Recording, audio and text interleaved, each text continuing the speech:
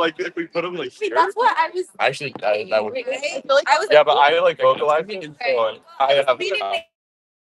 Yeah. The back. Yeah, I was like, I've been playing around. Wait, what about this? Nice. I mean, I'm liking it. Okay. Nice. Yeah, you want to lead up, Sid? All right, we've made some halftime adjustments with sound. How did we do? Are you sure? We can change it more. It's great. More? Okay. How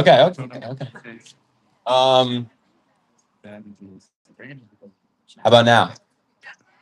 Sweet. Okay. Amazing. Sorry about that. Okay. Let's get back into it. Okay. Great. Yeah, next up we have Beck.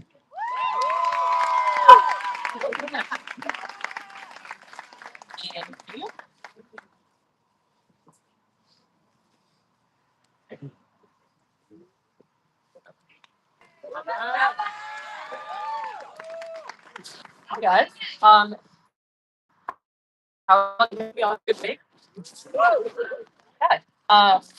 I'm Beck, and before I begin, I just wanted to take a minute to give a big thanks to my mentors, Caroline, Maitri, and Christopher, as well as Evan and Vic for putting this all together. The other speakers, Jordan and Matt, you did such a great first half, and of course, all of you guys for showing up and being here tonight. This has been so fun to be a part of, and I'm super grateful. Sound, can we hear me? Great. If I asked you all if you thought you were a good listener, I bet I would see a lot of hands. 96% of people say they are, which is a pretty big number. But research proves that even though we spend about 45% of our time listening, we only retain about 25% of that information, which not so good. And so tonight I'm going to talk, ironically, about listening and take everyone through a few of the ways that oh no, that's not what it says. A few of the many things that have happened when I've listened, and I mean really listened around me and eventually to myself. So one pretty big thing about me is that I hate talking about myself. I'm sure that's super believable for all of you, as I'm now going to talk about myself for the next 20 minutes. But trust me, I don't hate talking, and I'd actually consider myself an extrovert in most ways, but I've always been much more comfortable as a listener than a talker. I think that's probably part of why I've come to see listening a little bit differently. We tend to equate listening with being quiet or with just not talking at all, but listening isn't silence, nor is it passive. It's a choice to pause, to take something in before reacting. And whether I realize it or not, a lot of the most important moments in my life have followed a pretty simple pattern. I listen, I learn something new, I try it out, and then I do it all over again. So listen, learn, apply, and then repeat. And if listening really matters that much, where does it actually show up? And for me, a lot of the time, that started with other people. So if you met me at any point in the first 19 and a half years of my life, so anytime before sophomore spring, I would have introduced myself as Rebecca. This is, of course, a true fact. I'm named for my grandmother, and I've always enjoyed the significance of my name, but Rebecca never really felt like it fit me quite right. Oh, wait, go back. Think more like a pair of new shoes that need to be broken in, like uncomfortable, but never unbearable. So the Rebecca shoes, if you would, they never really just broke in. Like they fit, but not without some tight squeezes and some open gaps. But it was familiar. It was easy. People knew me as Rebecca, so throughout my life, I just rolled with it. Once I got to college here, and shortly after coming out, I started to notice more of a disconnect with my name. The squeezing got tighter and the gaps got wider, but here at WashU, I had more space to figure out who I was and who I wanted to be seen as, things like the way I dressed and the way I expressed myself. Though I've always been secure in my gender identity, the more feminine mold of gender expression was never something that I fully fit into and never really has been, as evidenced by photo 1. um, as my style evolved, we have here 2016 and there 2026. A lot of the discomfort subsided in that regard, but that same disconnect with my name was still there. That said, the only real alternatives that I knew for the name Rebecca were Becca, which I just thought was objectively worse. Sorry if that's what you go by, my bad. And Becky, which will only ever make me think of Sir Mix-a-Lot's Baby Got Back. So I was a little bit stuck. And admittedly, I was also scared of what people would think, if their opinions of me would change, whether it would be inconvenient. I didn't want to send my 1.5 years of friendships that I had grown scattering. I was so caught up in my own head about other people's opinions of me that I forgot that my name was exactly that, mine.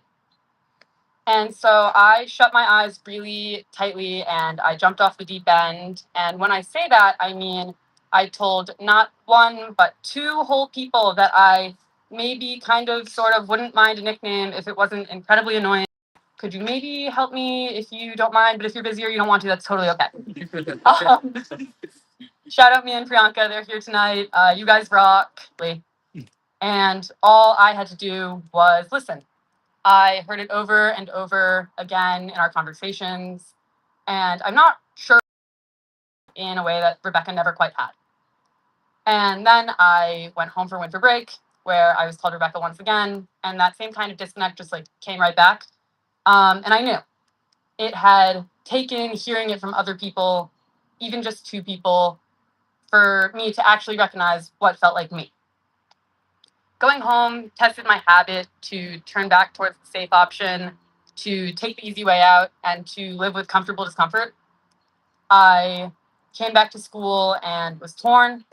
The thought of having to go asking people time and time again to call me back, abandoning even temporarily my built up reputation as a listener, instead putting forth information about myself as a talker, was daunting to say the least. It was Mia who suggested just changing my Instagram username. I put it off for a while, but on the way back from Denver over spring break sophomore year, I made my friends pull the car over in the middle of nowhere, Iowa, so I could put my feet on the ground and say that I'd been in the state, which is an ongoing competition that I am currently winning with my younger sister. And as we're driving through this town, Hamburg, Iowa, we passed this sign.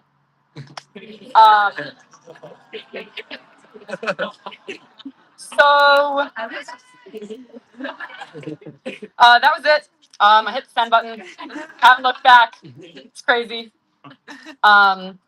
Looking back on that moment, I think what it really was me opening the door for other people to listen to me. Contrary to my worries, very few people mentioned the name change. It was a really smooth shift. I had to step out of my comfort zone, leaving the familiar option of Rebecca behind and putting myself out there in order to step into my real comfort zone, which was a name. Oh, we're back. Which was a name that actually fit.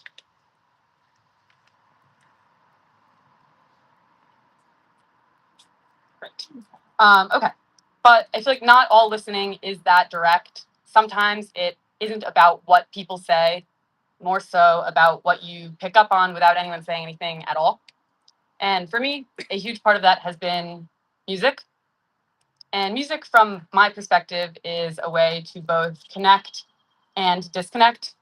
I am the person that puts AirPods in for any walk. It doesn't matter if it's 30 seconds or 20 minutes, they're all the same. And I've always been more of a lyrics-focused listener. I enjoy the activity of picking apart songs, learning every word, and really trying to dig deeper into what I can learn by listening to what the artist or band is actually trying to say. But over time, I've come to realize that it isn't just about the lyrics. music has become a way to understand things that weren't being said directly, whether by the artist or the people around me. And so my friend, nope, these slides are in the wrong order because I moved my order around. Anyway, my friend Ellie, shout out, she's also here. And I used to spend countless nights in the park mud piano rooms, getting lost in music instead of talking. While we can both play piano, it was usually her playing and I would kind of just sit on top. And she would pick the songs and I would find the lyrics and I'd just get to process them as I listened to her. We didn't have to talk about how we were feeling or what was going on. The music was doing the talking for us. I learned every word to Vienna by Billy Joel, Somewhere Only We Know by Keane, and Stay by Rihanna, among countless others. Not that I didn't know all the words before. I did, I swear, I promise. But this was different. I was listening to what was really being said, both in song by the artist, but also non-verbally by us. I think that's what music should be. The listening to both what is being said in the lyrics, but also what's being said by the people playing the songs. It's listening outwardly, but also inwardly. How do we know what songs we like for each mood that we feel? It's not just hearing words, but understanding meaning as well. And the same kind of more indirect listening showed up for me in a different place as well, through Kids on Campus. Now, if you told me at the beginning of college that I would join a sketch comedy group, I would have laughed in your face. Comedy is by nature very in your face. It's fast and loud. It's people constantly trying to be the funniest in the room and put themselves out there in new and creative ways. And that was never how I saw myself. And yet here we are. But my friends were the ones that repeatedly suggested that I join Kids on Campus, constantly telling me that I was funny. Thanks, guys. That I'd like it, that I had to try it. And I didn't fully believe them, but I listened anyway. And I showed up to meetings. Although I didn't write sketches right away, and I definitely didn't act, I joined the show's run crew despite never having done theater in my life. Over time, that turned into lighting and sound design and eventually stage managing. I don't know how many of you here have been to a Kids on Campus show. If you have, you'll know that we have a band who plays in between our sketches. And ready, the lights fade to black in coordination with when the band finishes up their verse or chorus, making their job easier than cutting them off in the midst of their song, as well as serving to provide a smooth transition for the actors as well as the audience. Or how the lights and sounds interact and serve as important dialogue and action markers throughout the show, just the small things that keep the production running smoothly. None of these things are the centerpiece. The sketches are, of course, what the show is built on. And still, I'm the one that now gets to facilitate all of these subtle shifts that allow our sketches to achieve their full potential, matching cues to dialogue, timing things exactly right, paying attention to everything happening on stage. As stage manager, my role in Kids on Campus is, of course, built around laughing, but mainly around listening and adapting to what the club needs to seamlessly run a show without being the one in the spotlight. And if you can't tell from my 8 semesters worth of show programs, I loved every single minute of it. I think both of these experiences have taught me the same thing.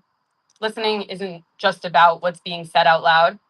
It's about paying attention to timing, to tone, to energy, and understanding what's actually going on underneath it all.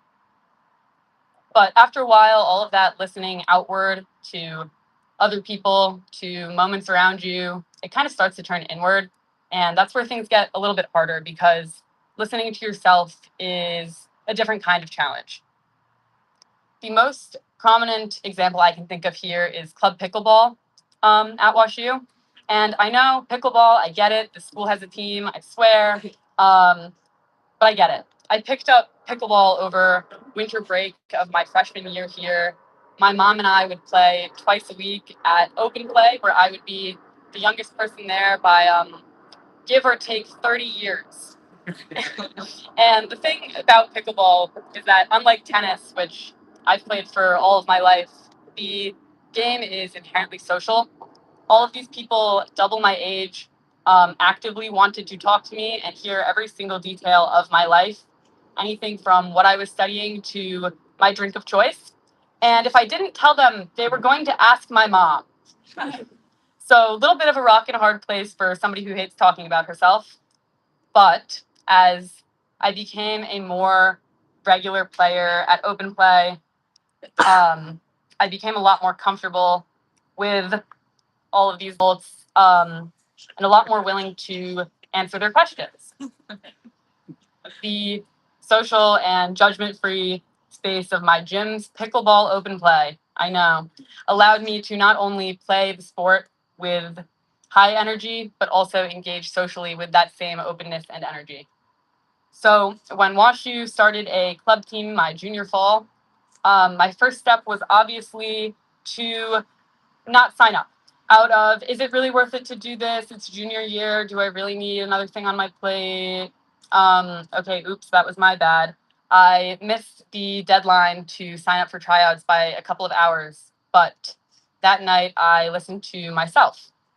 Pickleball had been something that I looked forward to every single time I'd been home in the past year and a half.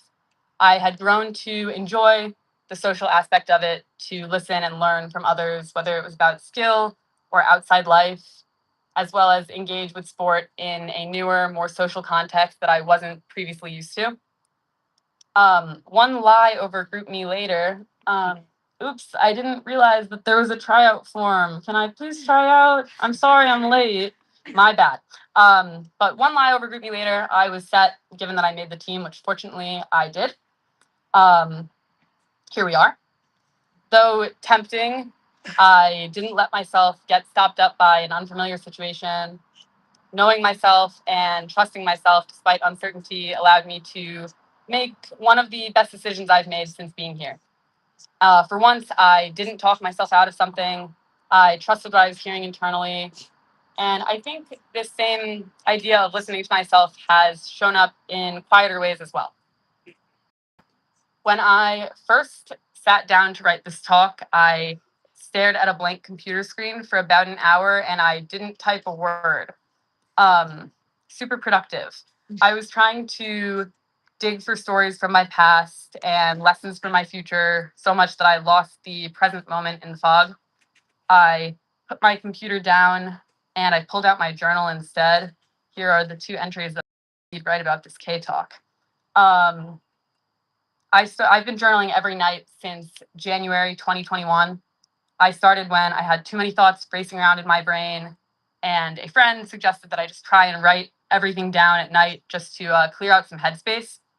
So I bought a black composition notebook from Staples. I didn't want it to be anything fancy. I didn't want journaling to feel like pressure, as most of those New Year's resolution type goals often do. I wanted it to be relaxing. I wanted it to allow myself some clarity, and I wanted to stick with it, most importantly. So I've filled 10 notebooks and I'm on my 11th, and I haven't missed a day in over 5 years. What started by just listening to a friend's suggestion has now become an integral part of my routine, as well as a way to listen to myself at the end of each day. Journaling about this talk made everything flow a lot more naturally, because sometimes the only way to hear yourself clearly is to give yourself the space to listen. I don't mean to say that listening makes me quiet or that it holds me back. I've always been someone that thrives off of energy and other people. You're not going to find me in the mosh pit anytime soon, but I'm also never going to be in that corner. If anything, listening has allowed me to understand myself better, to know what feels right, what doesn't, and when to trust those instincts. I think power of that, the power of knowing yourself, is one of the best things that you can achieve. Feeling like everything has fallen into place is no other. And it's honestly one of my biggest wins since being here at WashU. So as the real world looms ahead in the coming weeks and months, I think it's so easy to get caught up in looking ahead or looking back instead of looking down at the place where we currently are. It's so easy to slip into the noise of the future or the noise of past nostalgia. And when change is on the horizon, stability is hard to find. But I've realized that when I stop to really listen to myself, to the people around me, and to the world I'm moving through, it becomes a little easier to stay grounded in the present. The cycle that I mentioned earlier, so listen, learn, apply, and then repeat, it only really works if we're actually willing to listen. I challenge you all to find something in your life, anything, big or small, and apply that cycle to it. You might find that once you do, something shifts. You stop moving so automatically through things and start noticing them instead. Where you are, who you're with, and what actually matters. There's a few lyrics I love from one of my all-time favorite songs, Possibility Days by Counting Crows. Thank you, Dad. I know you're proud for this song suggestion. And I'm going to play a couple of them through the microphone.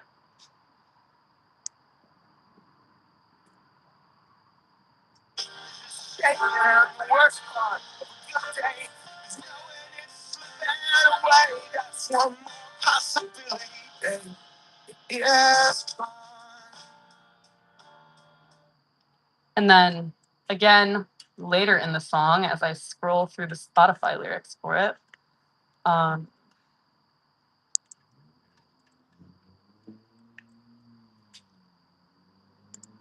know what? Can't find it. Couldn't read it out loud. It's the worst part of a good day is knowing it's slipping away, that one more possibility day is gone. Oh no, that's the one I just read. I lied. It's the worst part of a good day is hearing yourself say goodbye to one more possibility day. That I'd say, think about it. We get a possibility day every single day. And whether we realize it or not, listen shapes what we do with it. Every night when I sit down to journal, that's what I'm asking myself. Did I show up for that day? Did I fulfill it to its full potential? Did I listen closely enough to make something out of it? If you don't know the song, or if you do, I'd really encourage you to give it a listen. It's an incredible reminder, not just about the power of listening, discovery, and self-reflection, but also that we should all be savoring each moment, making the most of our possibility days. And knowing that, and I quote, and by quote I mean play, because this one I can actually find. And it says that the best part of a bad day is knowing it's okay. The color of it, everything changes. The sky rearranges its shade, and your smile doesn't fade. And there's more. That's your sneak preview. You should listen later. So as you leave here tonight, listen a little bit more closely to the people around you, to the moments you're in, and most of all, to yourself. Because every day is a possibility day. So make them all count.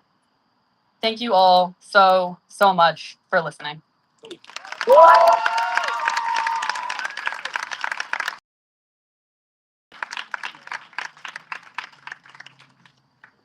All right, thank you, Beck. And next we have Yasmin. Let's go, Yasmin!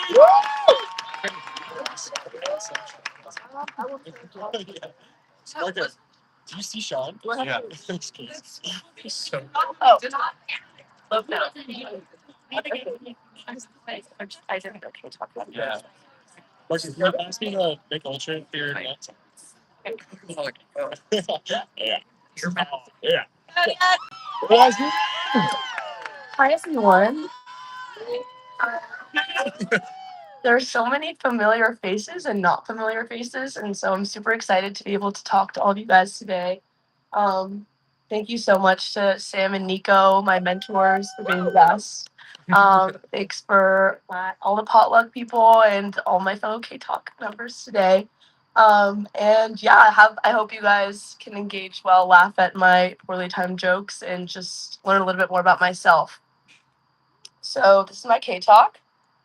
So hi, I'm Yasmin. If you didn't know me already, I'm a senior. Obviously, I'm 22. I have 3 cats. That's me when I was little, and that was me this semester as a student athlete. It's my roster pick. I came to Wash U, be a student athlete. I'm on the swim team, and I have a sister. And these are my parents. My mom. This is my dad. Mom clearly way out of his league. And he has, Dad, you're gonna kill me. You told me not to put this photo on the slide deck, but he's wearing a sombrero, which is really funny. And the shirt says 12 disciples of beer and all of his friends' names on the back. So just to provide a little bit of context, my mom was the first in her family to attend university. She's first gen. She's from El Paso. Her whole family's from Mexico. If you're from El Paso, let me know. And my dad moved to the States left Egypt to pursue higher education, to get his master's, and they met at Texas Tech.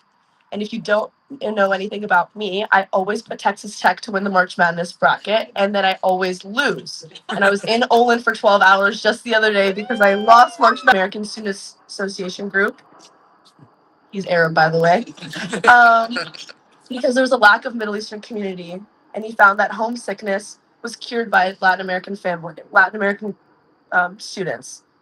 That sensation of ghurba, which means alienation in Arabic, was seemingly gone the minute he hung out with his Latino friends, and that's where he met my mom. He always says that he always paid the dues so my mom could drink. She did not pay the dues for the club. But they got married. That's them. And so my mom, when she visited Egypt to, get married, meet my dad's family, the first time she ever left the country, she also found comfort in Egypt. She found like the Ariel cleaning supplies, the Maggie cubes, the novellas, which were musalsalat in Arabic, that our grandmothers were glued to the screen. So how could these families find comfort in each other, even though they lived 7,000 miles away from each other? And what were the similarities that they could find? Okay, here we go. Egypt and Mexico share common weather, 30 degrees Celsius in the daytime and 18 degrees Celsius at night. They have a population of over 100 million each. Pyramids both built by aliens.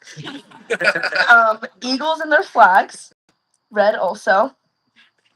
A die-hard passion for football. By the way, it's called football. Or kora in Arabic. And they also are both 70 out of 100 on the corruption scale. So that is true. But what I found most interesting was the language. Arabic and Spanish share over 4,000 words in similarity. There's a moth. Oh my God, there's a bug on me. Anyone who knows me, I would have screamed by now. Okay. 4,000 words. And I think this was difficult for me because growing up in Egypt, I spoke Arabic and English, and my Spanish wasn't so good. I always felt that I wasn't Mexican enough. I wasn't Latina enough. My parents didn't speak each other's languages, so oftentimes Arabic and English were the only commonalities that I could find, and I didn't know how to approach my mom. It wasn't until I came to college where I truly decided to figure out my mom's part of me and how I could, get in touch with my Mexican side. And so I took a class with Nacho, who we all know and love. And he taught me inshallah and ojalá, and how they meant so much together, and how they meant essentially the same thing. And I think this is the first time in my life where I felt that everything made sense. There was this peace, that this these identities that I had that I could never grasp with and never find common ground could finally make sense in my life.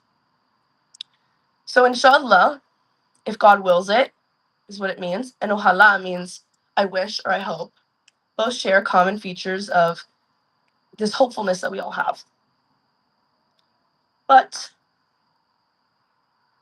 you guys think it's really funny too. A lot of inshallah, mashallah, habibi jokes, right? Hello movie night, Finding Nemo 2, inshallah they will find him. Inshallah the imposter will be found. And Anne Hathaway dropped inshallah a couple, I don't know if you guys saw that. So they made her with a hijab reading the Quran on a t-shirt. So you guys think it's funny, right? Inshallah, like all that stuff. I didn't growing up because growing up, and most Arab kids will get that. You ask your parents, can I have a sleepover tonight? Can I go hang out with my friends? Can I have ice cream for dinner? And if anyone in your family responded with inshallah, it meant no. Absolutely not.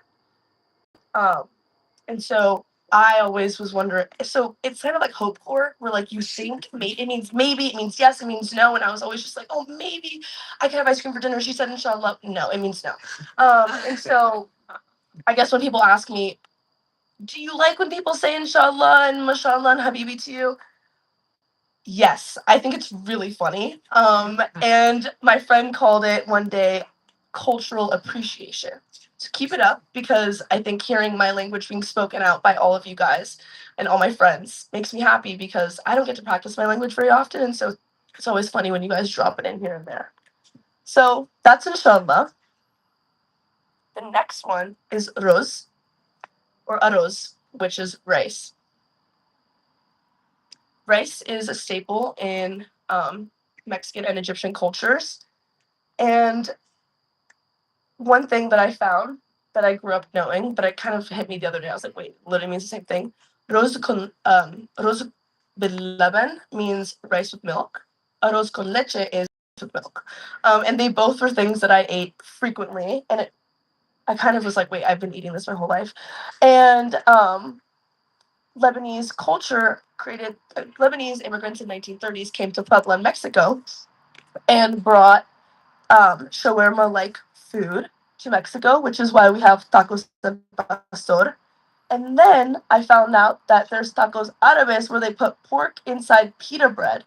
I don't eat pork, and I don't think a lot of Arabs eat pork, but that was kind of cool to figure out. And this is falafel inside bread. And you can get this bread in Trader Joe's now. It's called Beledi bread, which is what they call it. And so it's really cool to see my culture kind of pop up in Trader Joe's. That means I made it. And so shawarma, we all know, we all love it. I've heard Sam said that she loved, who was it? The shawarma, Ellie? The shawarma stand in Madrid that you guys would go to. Spanish food. I didn't go abroad. I didn't go abroad. My parents said you have abroad at home, and I stayed here. But it's so nice. I think food is a connector of all of us.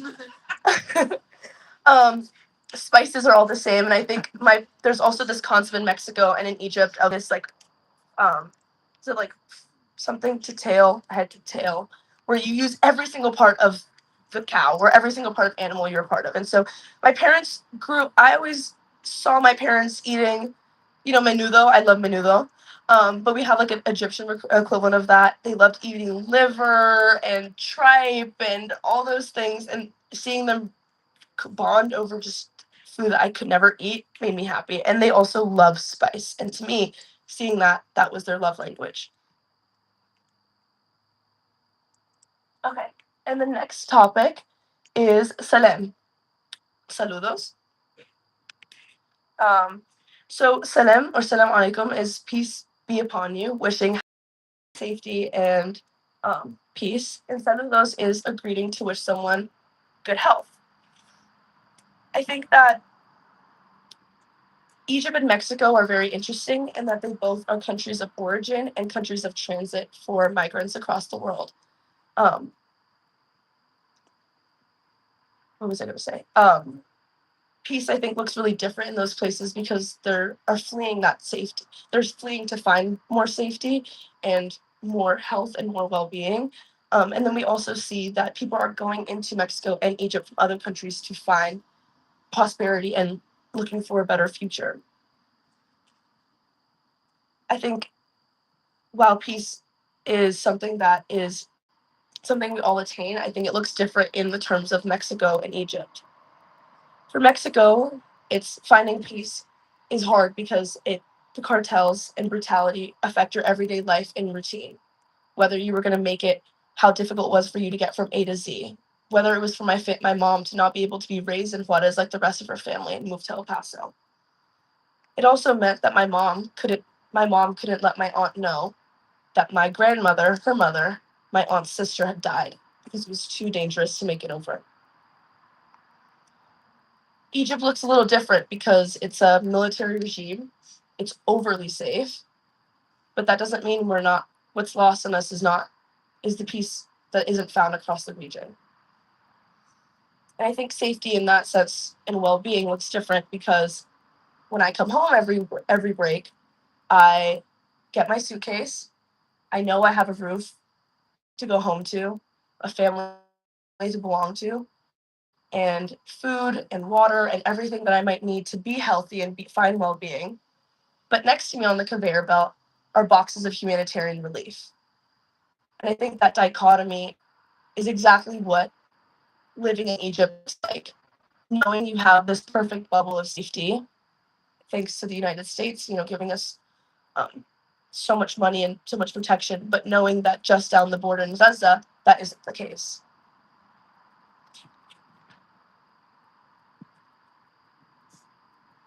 I think that safety, greeting, well-being, and wishing someone well is a universal experience for all and that we want for each other and our families. And seeing my parents survive,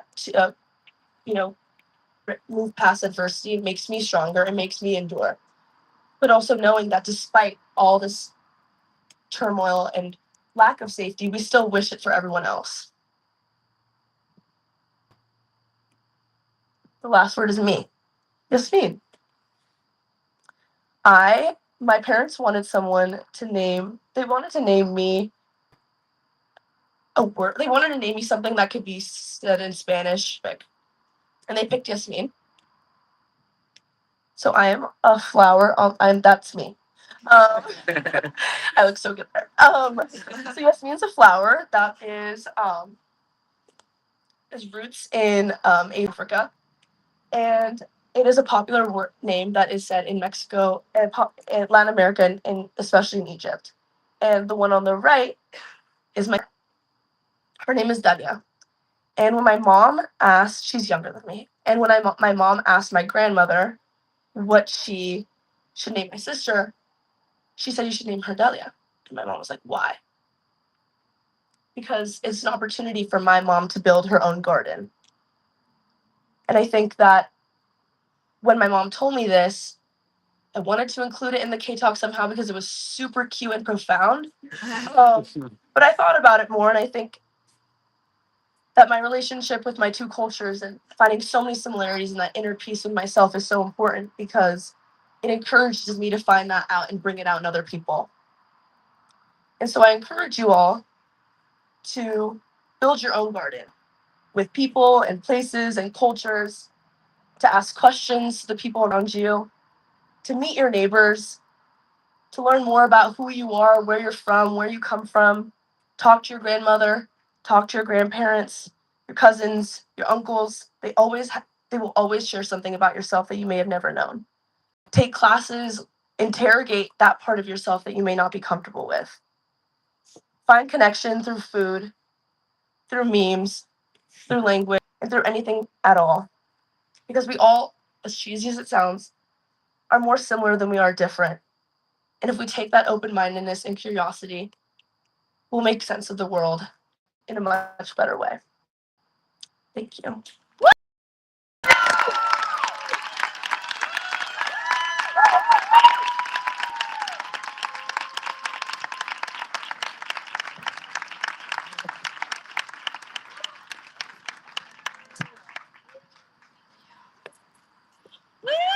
Okay, one more round of applause for Yasmin.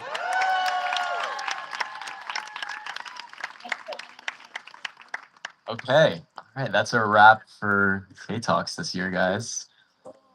Yeah, I know. Very sad. Okay. What do we have to say? First of all, leadership application. Yeah. So if you are a junior or you know some juniors that want to run K Talks, send them our way. There's a form in our link tree on Instagram. And we'll be announcing the next leaders of K Talks soon. Also, big thank you to everyone who has participated in K Talks in any capacity. Thank you all for coming. Thanks for all the speakers, all 4 rounds, mentors, aux mentors, everyone. So it's been a really great experience. Yeah, I don't have much else to say, but thank you guys so much for coming. Yeah. Woo.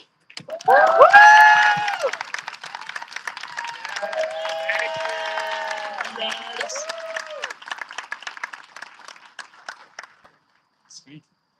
All right. Start Evan Shit.